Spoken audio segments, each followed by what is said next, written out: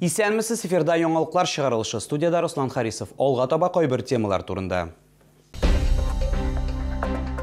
Гомерләренең 3-тән 1 өлешен спектакльләргә биргәннәр, хәзер кирәк түгел булып чыга. Татар драма театрының кайбер актерларын ярты штатка күчерделәр.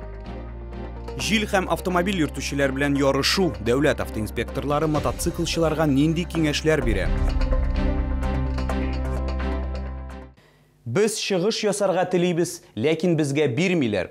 Республиканың халык артистлары Чаллы ТВ телеканалы редакциясенә шундый өметсезлек белән мөрәҗәгать иттеләр. Алар Аяз Гыйләҗев исемендәге Татар драма театрының кайбер актерлары. Нәрсә булган? Бу проблеманы безнең төшерү төркеме хәл итәргә тырышты. Каршылыклы ике якның фикерләрен тыңлады. Аяз Гыйләҗев исемендәге Татар драма театры актерлары борчулы. Алар театр барлыкка килүнең башында торучылар. Артистлар әйтүенчә, сәнгать җитәкчесе аларны ярты штатка калдырырга карар иткән. Bir нинди дәрәҗәсе булмаган, bir нинди опыты булмаган кешене безгә китереп куйдылар һәм ул бездә менә шулай көлә башлады. Аңа килгәч тә шул кадәр ярдәм итәргә тырыштык. Менә безне хәзер инде ул әйтәсе килә аның, без аның аның карашына, аның театрына бармыйбыз дигән актерлар инде янәс. Без эшсез калдык. Эшсез калдык. Татарстан Республикасының халык артисты, тантана премиялары лауреатлары. Безнең үзебезнең исемебез бар. Шуңа күрә берничек тә без бу театрда эшсез калырга теләмибез һәм безнең эшсез йөрергә хакыбыз да юк. Татар драма театрының 6 актеры шундый катлаулы хәлгә эләккән, ләкин алар хәбәр иткәнчә, ачылганнан бирле эшләүче барлык артистлар чиратта тора. Әлмәт театрында 12 ел эшләгән идем. Без гаилә белән күчеп килдек монда. Общежитияларда яшәдек, ничәшәр еллар театр булсын дип. Теге театрны яулап алдык. Көннәрен, төннәрен ашамыйча, балаларны күрмичә. Актерларны борчыган тагын бер сорау Путин төләүләрен бүлү. Кемдер яңарак кына килгән 20-30-ар 40-ар мең. Дөрес әйбер түгелдер дип уйлыйбыз. Дөрес әйбер түгелне аны безгә аңлатып киттеләр инде. Һәм дә инде үземнән генә чыгып әйтәм, мин быел 3 спектакль чыгарган идем бу сезонда, 4 спектакль чыгарганнарда шул 800-тән калды. Татар драма театрының сәнгать җитәкчесе дә үз позициясын белдерде. Аның сүзләренчә, труппада 29 актер, шуларның 3-тән 1 өлеше өлкән яшьтәгеләр. Олег Кинҗәгүлев сүзләренчә, ярты штат турындагы мәсьәлә актерлар белән берлектә хәл ителгән. Бу театрга килгәндә җитәкче булып, мин һәрбер актерга, һәрбер яңа чыккан спектакльдә төп рольләрме, икенче пландагы рольләр биреп бардым, һәрберсен эшләттем. Шуңа күрә 3 ел дәвамында әлбәттә һәрберсе Гамлет була алмый. Бу хакыйкатьтән бер кая читкә тайпынып булмый. Бу эшкә әле нокта куелмаган. Аяз Гыйләҗев исемендәге Татар драма театры актерлары Республика мәдәният министрлыгыннан тикшерү башланды дигән җавап алган. Һәм нәтиҗәләр турында алар өстәмә рәвештә хәбәр итәчәкләр. Безнең төшерү төркеме дә хәлне күзәтәчәк. Айзилә Шаймөхәммәтова, Эльмира Гайнетдинова, Кирилл Хабзей, яңалыклар. Сог булыгыз, юлда мотоциклчылар. 7 августтан 13 августка кадәр Татарстан Республикасында мотоцикл профилактик чарасы үткәрелә.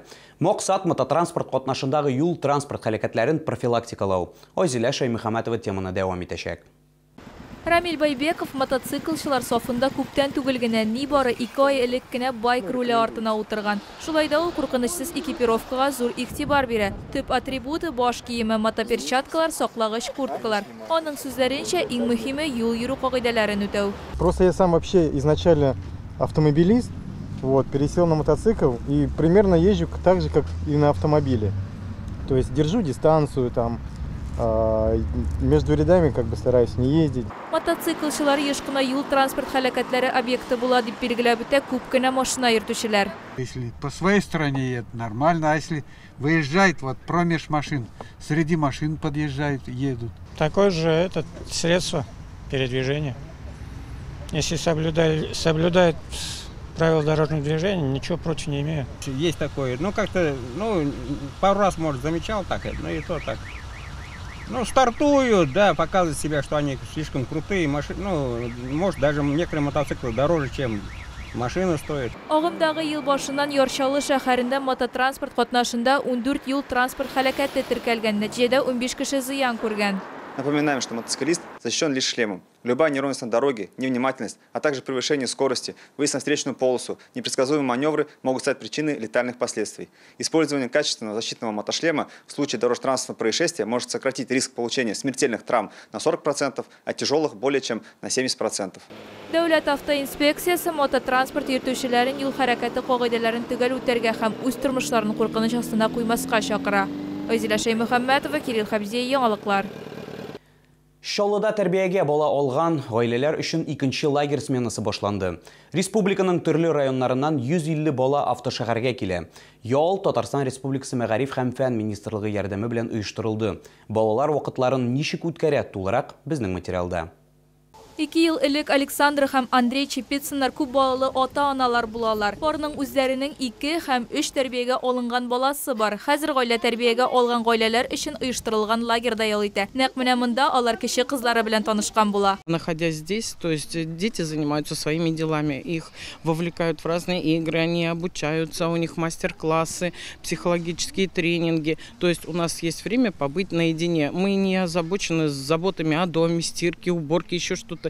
И мы здесь 24/7 с детьми. Лагерьда бергә ял итү гаиләне берләштерә. Моны ата-аналар гына түгел, аларның балалары да билгеләп үтә. Иртәдән үк балалар өчен төрле мастер-класслар, шулай ук психологик тренинглар үткәрелә. Ел сайын лагерьга 300 бала һәм 100 ата-ана килә.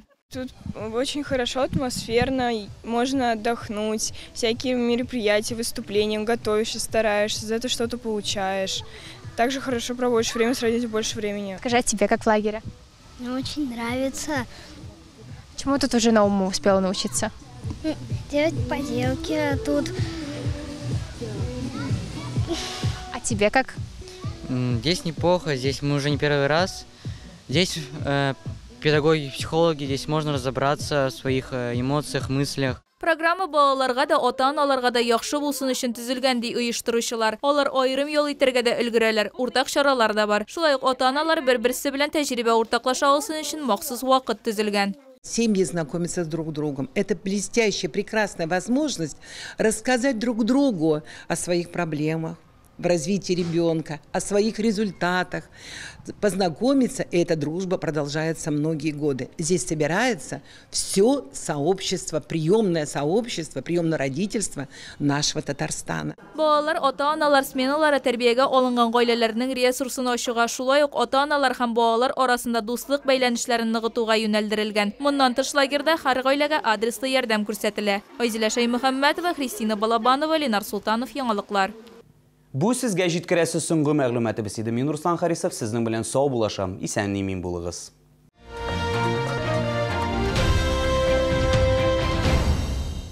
Завтра в школу мне нужно все. Казань Экспресс. Выгодные покупки быстрее, чем за сутки. Прием детского невролога высшей категории Холговой Ирины Владимировны. Центр восстановительной медицины. Телефон для записи 91 05 85.